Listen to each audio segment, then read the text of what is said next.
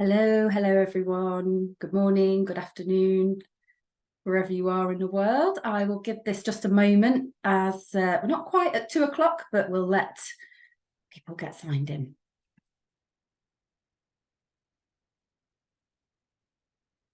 I hope you're all having a good day so far.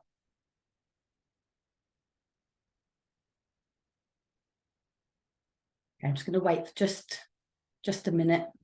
We'll get going.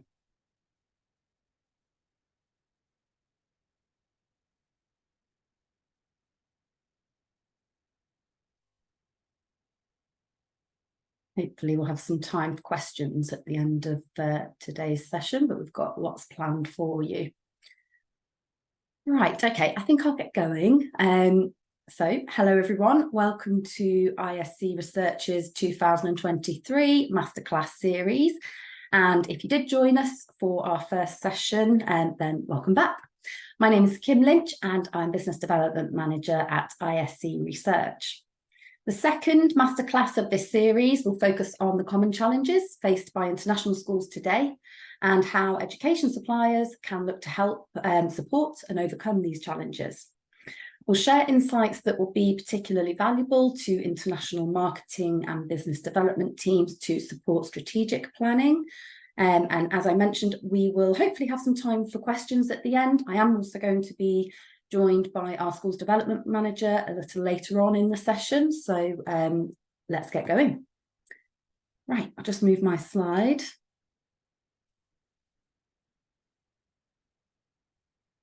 So for those of you that are new here, I'll just take a moment now for a quick introduction.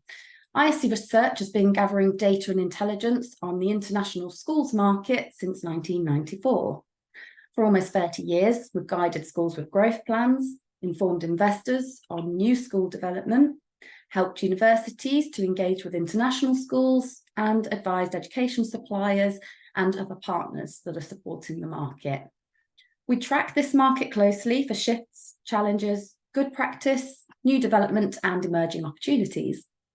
ISC Research supplies our education supplier clients with access to an online database, and also in-depth reports, data sets, and expertise on the market, in addition to specialist areas of practice within international schools. We process close to 300,000 data points every year, and we spend 4,500 hours on verification to ensure that we and you can trust our data. All of this takes a lot of time, of course. We don't just use AI to collect publicly accessible data. We collect all of our data directly from the schools themselves. Our field research team is dedicated to interviewing and talking with a breadth of international school leaders in order for them to gather reliable qualitative data. And we have a data verification team that checks every piece of our data before it's analysed. Our data is all live, so we're constantly adding to it throughout the year. And the data that you'll see in my slides today is all based on a data point of the 1st of July 2023. You can follow ISC Research on LinkedIn, Twitter, or Facebook to ensure that you're up to date on all of our news and resources as they become available. Now, before we get going into the content, I just want to take a moment for a quick poll. So if you wouldn't mind considering this and putting in your answer to this question.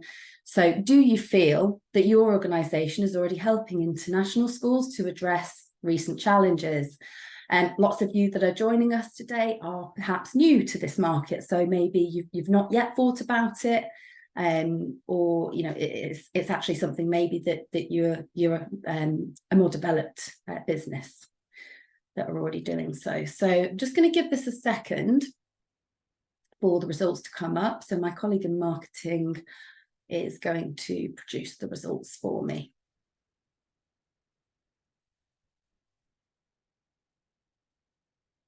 Okay, I can't see those. Oh no, I can. Here they go.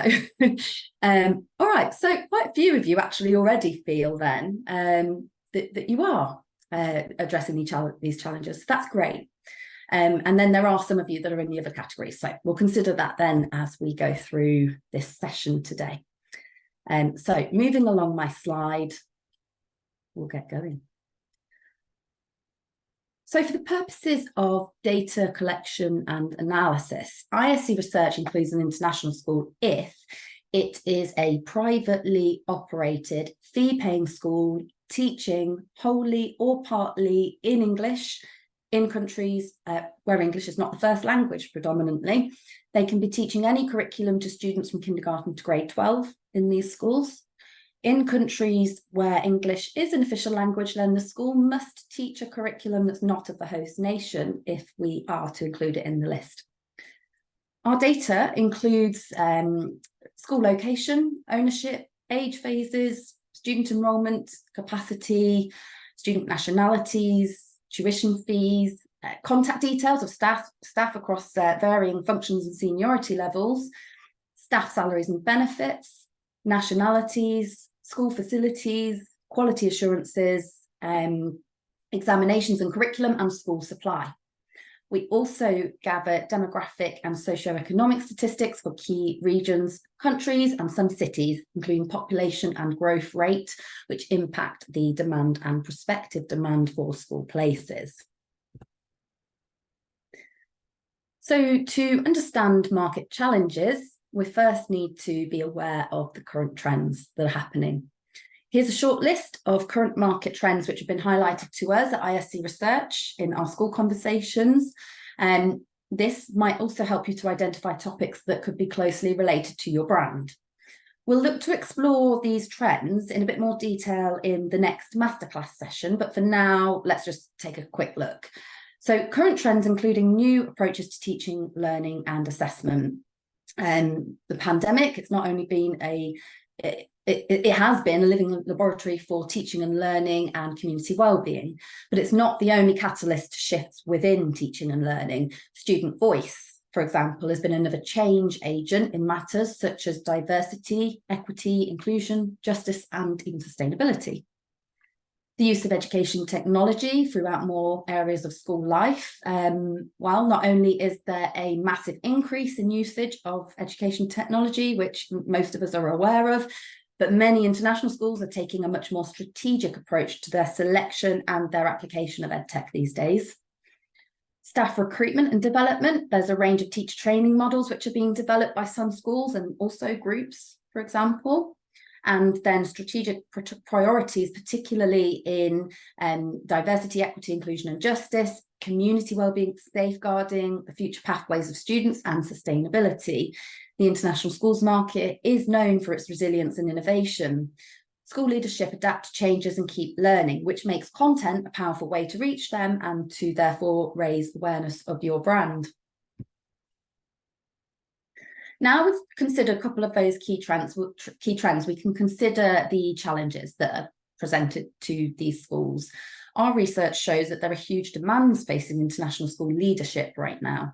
The list on this slide reflects some of the changes that many school leaders are telling us that they are addressing, with the most common being addressing the challenges of staff recruitment and CPD through those new and broader solutions.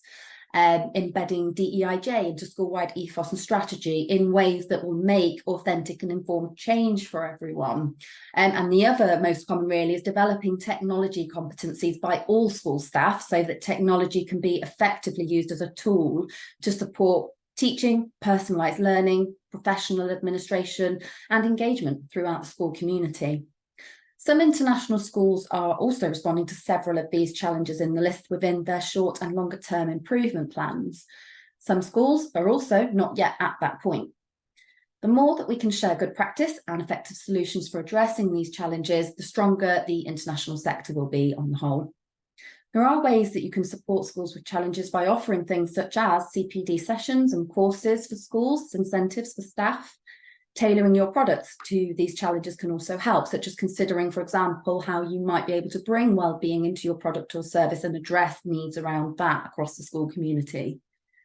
Focus groups, which also identify pain points, which enable school leaders to converse with your teams to support meaningful product development, is another example of how you can interlink into this. And you may have your own ideas of where or where not, you may be able to support with those challenges, looking at that list. So we'll focus on a couple of those common points that I've mentioned now.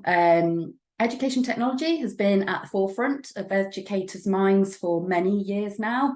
It was widely considered a nice to have, especially going back to my time in the education technology industry over 10 years ago now. It was definitely a nice to have back then. But over the past 3 years, of course, the shift is, mainly driven by the global pandemic. Schools have had to quickly adapt to hybrid learning models and therefore increase their use of technology. In this time, and due to this monumental shift, 84% of international schools amended their future technology plans, and 42% of schools experienced significant challenges delivering distance learning through technology. Likely due to this quicker than expected shift, schools still tackle those technology challenges despite the pandemic feeling like a distant memory. In fact, 51% of schools plan to move to a more blended learning model in their midterm plans. The more favoured models included flipped classrooms, remote lectures, and online learning provision for students who cannot physically attend school for a time. But for those 51% of international schools who are in the midst of fine-tuning their blended learning models, they will now need to make way for a new wave of education technology, such as AI. We're now seeing the shift where technology becomes essential and it's no longer a nice to have.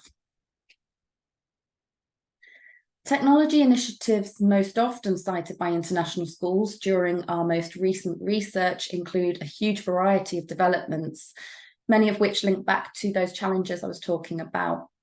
Firstly, CPD and support to continuously develop the technology competencies of all schools staff is on the rise, as I'd mentioned earlier. More and more schools are investing in tech leaders who have both technology and teaching and learning skills and experience. Some schools are recognising this role within the senior leadership team. Many schools have been re-evaluating their technology resources and aligning these to the curriculum and values of the school and looking at what helps them to meet the needs of all of their learners and not just a mainstream group. Even more encouraging, perhaps, we're now seeing some schools reviewing their tech resources through a DEIJ and wellbeing lens to ensure that their resources are accessible and inclusive for their entire school community, including the parents. Some are moving towards a more strategic blended learning approach rather than leaving it to the choice of the individual teacher as per pre-COVID times. And more schools are identifying and adopting tech resources that allow for integrated holistic assessment of individual students' learning progress. However, all of these advances aren't without their challenges. Some schools are realising the huge risks of data breaches to child safeguarding and the school and are implementing much more stringent standards and processes as a result. But much more by many more schools needs to be done, especially in countries where data laws may not yet be stringent. And finally, more international schools are looking for tech suppliers that are willing to work with them as their education partners in order to customise or adapt resources to the context of the school and its community. No one solution can meet the needs of all international schools, and this is a constant plea to tech suppliers from school leaders. EdTech and AI offer so much, but also present concerns around safeguarding in particular, and the increased use of EdTech by students increases cybersecurity risks for schools, adding to their list of challenges. There's a strong need for support in implementing safeguarding solutions right now. I'll highlight an example for you all. So the International School Ho Chi Minh City American Academy, they won the ISC's International School Awards, the Safeguarding Award, for an initiative that protects children from abuse and trains international schools in child protection practices. Michael Tower, a school-wide safeguarding lead and clinical specialist at the school, shared some practical advice on how to incorporate safeguarding within technology. First of all, the school, they embedded a virtual platform, and this enabled the students there to privately disclose information to the school's counselling team. They also set up a hotspot mapping to look at where students felt least safe in school. And after some time, it became apparent that the hottest spots were online, where students were being harassed and even solicited. The ability to identify such occurrences help the school to step in and then to protect their students, as well as delivering lessons. And also they delivered parent seminars on the specific risks faced by the students. So that's a great example here. And if you do want to read a bit more about that, there is an article on ISC's website. My colleague in marketing will post that in the chat now. So if anyone wants to just save that for later and have a little read. That was just one of, I think, around 10 categories we have for the International School Awards. So interesting ways to get closer to school initiatives and what they're doing around a lot of these current trends, current challenges. So now we should consider teacher recruitment and retention as a separate challenge. So it's important to understand, even if you're not directly involved in recruitment and your business is not, in that industry. Why? Because this highlights the skills of your current and future colleagues, your clients, your users, and therefore it can directly impact your future plans. Firstly, recruitment. So recruitment, qualified and experienced teachers is high up on the list of recruitment challenges. Being able to recruit those qualified and experienced teachers, particularly for schools that are looking for specific requirements, such as IB training, for example. Certain subjects continue to be difficult to recruit teachers, including maths and science. A number of countries are undergoing nationalisation of roles, further compounding the problem for international schools. Giving you an example, in Oman, if schools wish to hire expatriate teachers, then they've got to demonstrate to the government that no suitable local candidate can be found, first of all. The rise in technology has also contributed to recruitment challenges as new leadership positions emerge in the schools. Technology is it's a sought after skill for director of teaching and learning roles, and in new roles that are solely responsible for tech, like a director of technology, a skilled individual who can improve and manage your school's technology use in the classroom and the network infrastructure as a whole, or head of digital skills to support teaching and learning practices involving EdTech. So in terms of senior leadership skills, 67% of recruitment agencies that we surveyed for the research said DEIJ strategy skills are specifically sought for international school leader positions too.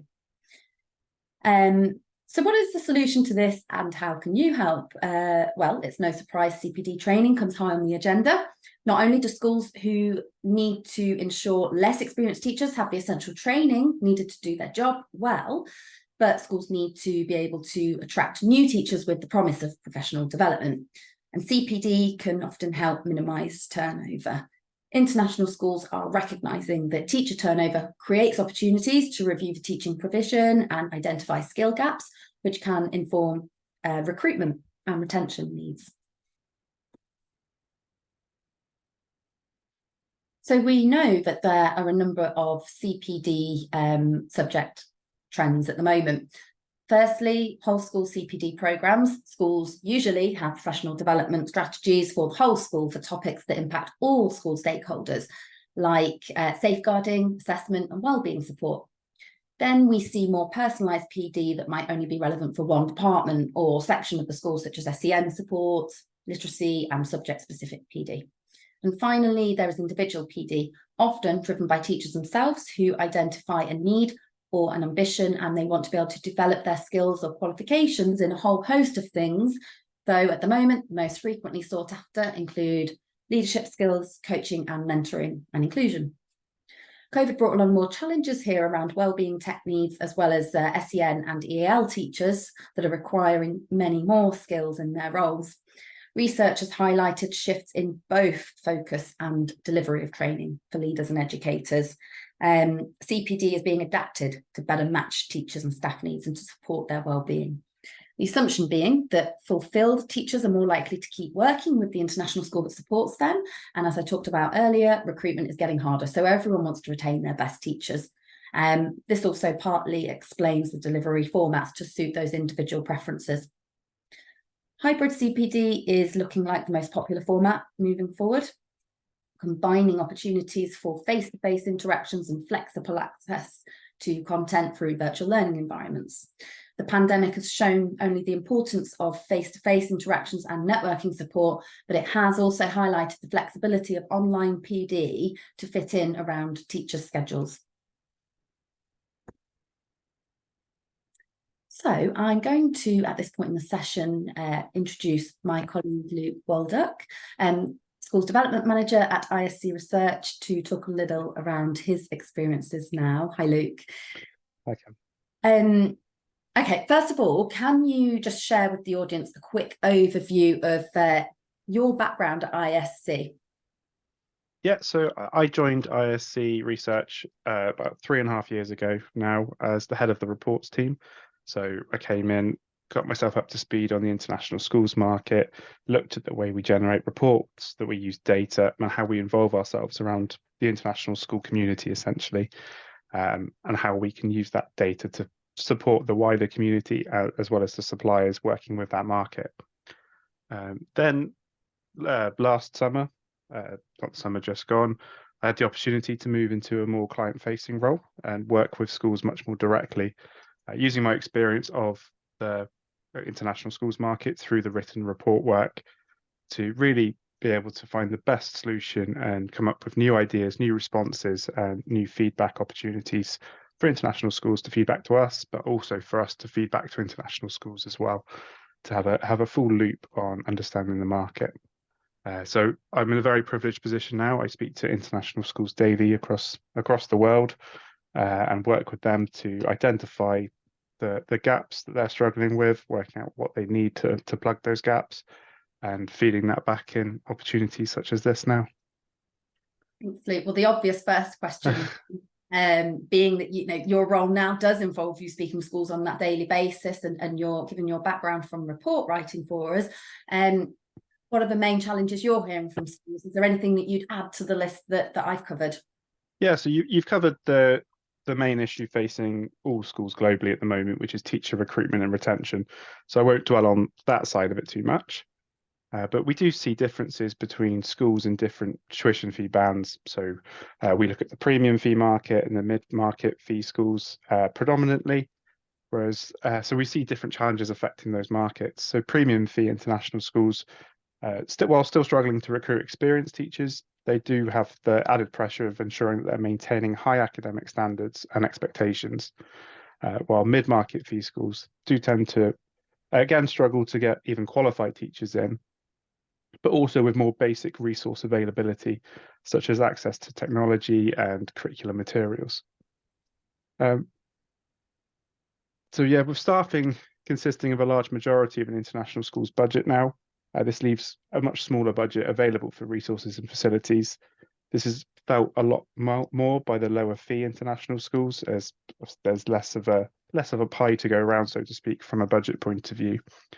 And these constraints can really limit a school's ability to offer a wide range of programs or to maintain state-of-the-art facilities. We're also seeing issues with keeping up with the rapidly evolving educational technology available to a school. The degree of this challenge can vary between the fee bands for a school, as premium schools may have the resources to adopt new technologies, but they still struggle with effectively integrating them into a curriculum, whereas lower tiered schools may find the cost of technology itself to be the barrier.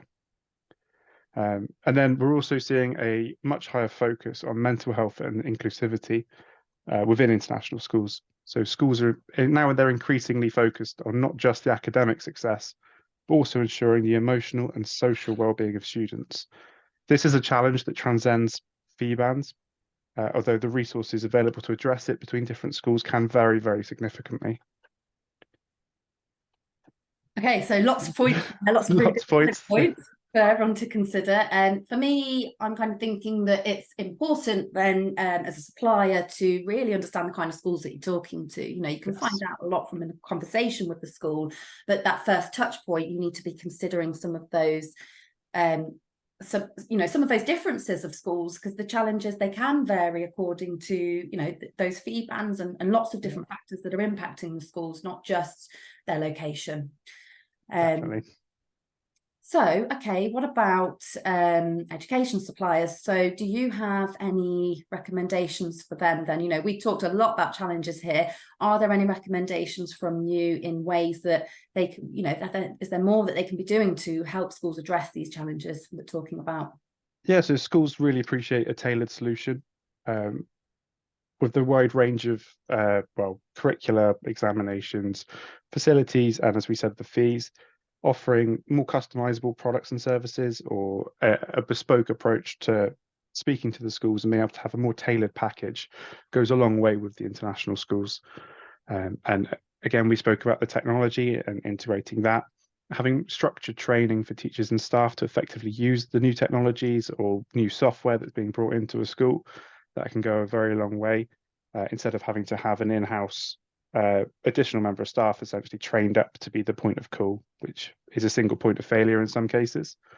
So that can help to have that more general understanding of the service that's coming into the school. It also ensures that the school is invested into your service. So if you're looking to sell a year 2 subscription, a year 2 license to something, knowing that it was being used well in year 1 really helps you get through that second year. And again, being able to offer an affordable option or alternative to what you're looking to offer to international schools can help expand your market past the premium fee schools into the mid-market or even the lower fee schools. It's good as well to have the conversations with international schools to be able to gauge what the perception and value of your product is. A lot of international schools now, with the world economy as it is, are looking past the nice to haves to the must haves. So what can you do to make sure you're fitting in that must have band rather than the nice to have? And as I said about the well-being as well, being able to offer resources and tools that support not just academic learning, but also the emotional and social development of students. Working with a holistic educational approach, which a lot of international schools are building into their ethos, can really help get you through the door and help you have that long-standing relationship with a school. Yeah, all important considerations. And there's one thing I would say that from my perspective, definitely from my time working with schools as well, implementation is absolutely key. If you've got a product or a subscription as a service as well, technology. I talked about this a little bit over at Guest Dubai and in my last session prior to this masterclass.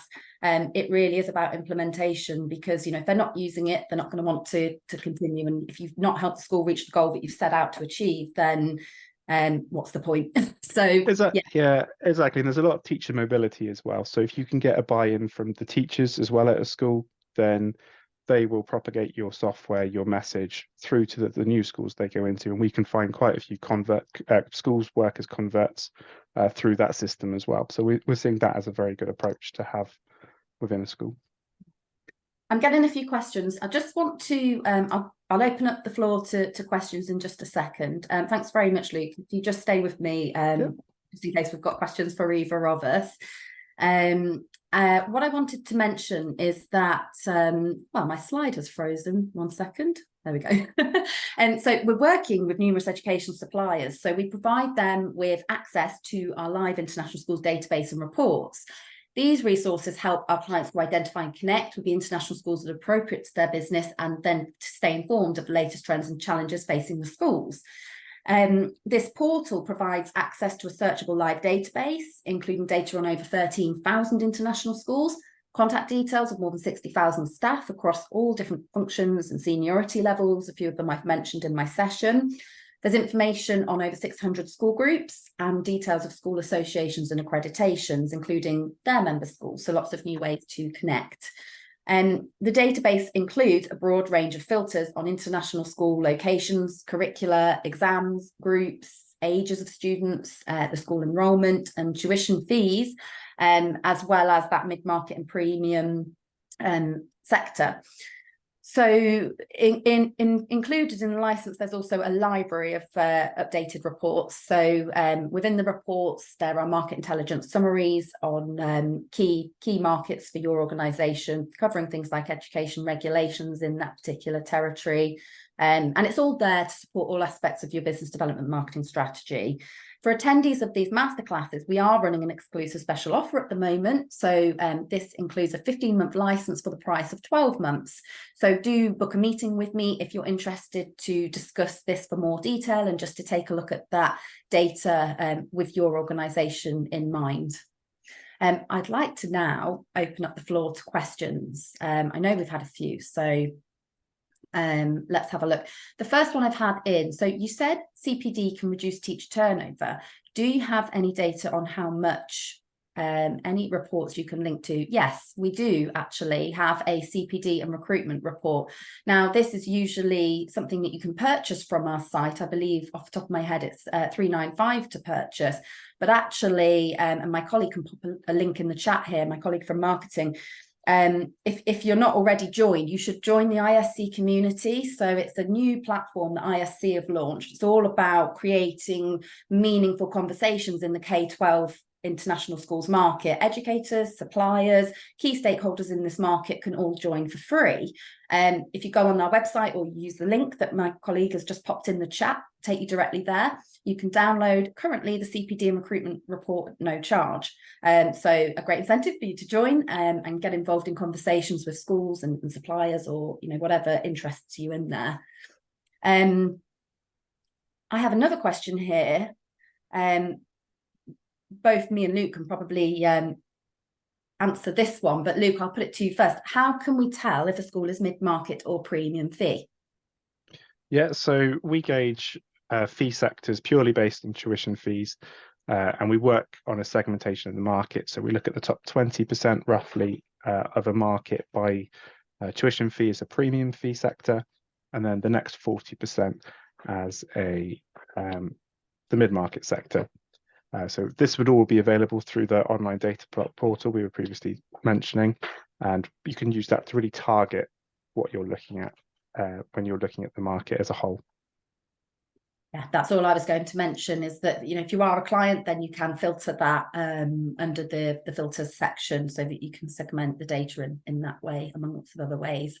I don't think there's any more questions. I'll just give it a second. So if you've got a question, feel free to ask now. Otherwise, I'll look to oh, here we go. Do you have advice for engaging with international schools whilst trying to obtain a case study? We find it very difficult to link with internal marketing departments and teachers whilst operating remotely. I guess that depends on what you're trying to achieve with the case study. Are you already working with international schools? Do you have clients? Is this a case study for a product or service that you're offering, or is this a study for something wider than that, perhaps? When you're engaging with schools to try and get a case study, I would normally, say to go to your clients that have experience of working with you. But it's a bit tricky to answer that without knowing too much about this. But yes, within our data, there are different seniority levels. So whoever it is at that school you want to reach out to, whether it's somebody that handles admissions or a head of academic or, EAL, maths, whatever their subject topic might be, then you can filter it in that way to be able to export that data. And the other thing outside of that I could probably recommend is maybe to start using, if you're not already, share it through your professional network. So if you are on LinkedIn, Twitter, a lot of educators tend to use Twitter as a key channel for engaging within the community, or you can join the ISC community free, of course, and perhaps put the question out there. But yeah, it really depends what it is you want to achieve with that. Feel free to get in touch with me. I'll leave my contact details on the end of the slide if you want to discuss that in a little more detail. Another question I've had, so do you have advice to get the international school boards and management on your side, as well as individual school departments? There's a few ways to answer this question. It's what I would say when it comes to school boards, I don't think I really engaged directly with them, just using my experience for when I was, going into schools, providing software, providing training. It wasn't really school boards that I connect with. Groups, what I would do is, and I've worked with a range of different groups in the market. They kind of tend to operate in lots of different ways. But it might be that you obtain a relationship with a couple of schools first, and then they might introduce you to somebody at the group or the board level, should they feel that it could benefit others across the group. So that's just an example of one way in which you might want to do that. We do collect board data within the portal, so if you have access to that, you can segment it that way, but they tend to sort of sit outside of the school day to day. So it depends again what purpose that is. But I'm more than happy to talk about that in more detail with you if you want to get in touch as well. Do do you collect examination data, most popular exam boards, etc.? Luke, that's a perfect question for you. Yeah, so we collect all of that information for a school, so we can give quite through the reports we've already mentioned, we do quite a lot of analysis based on that. Our recent global market review for 2023 covers that at a global level to see what the most popular curricular and examination boards are and in which areas. So that gives quite a good overview of that sort of area. Again, it can help you with your market sizing. And then for the more detailed market sizing, the live data portal, again, is going to be always the most responsive tool for working that out at an aggregate level, but then also at a school by school level to be able to initiate that contact. Yeah, the market intelligence summaries as well give an overview in terms of all international schools, premium, mid-market. So it does it into each section, and then you can see what is the top exam, what is the top curricula, followed by schools there. So that might help you as well if that's what you're looking for. So I think we've now answered all the questions, and that brings us to the end of the session today. I'm just going to switch the slide over. So if anyone wants to get in touch, you can just scan the QR code, or you'll see my details on the slide. Do feel free to connect. Thanks everyone for listening. And for those of you joining us in the final session of this series, it's taking place on 13th of December. The topic next time is the international schools market in 2023 and beyond. So thanks very much, Luke. Thanks everyone. Thank you for having me. Thanks.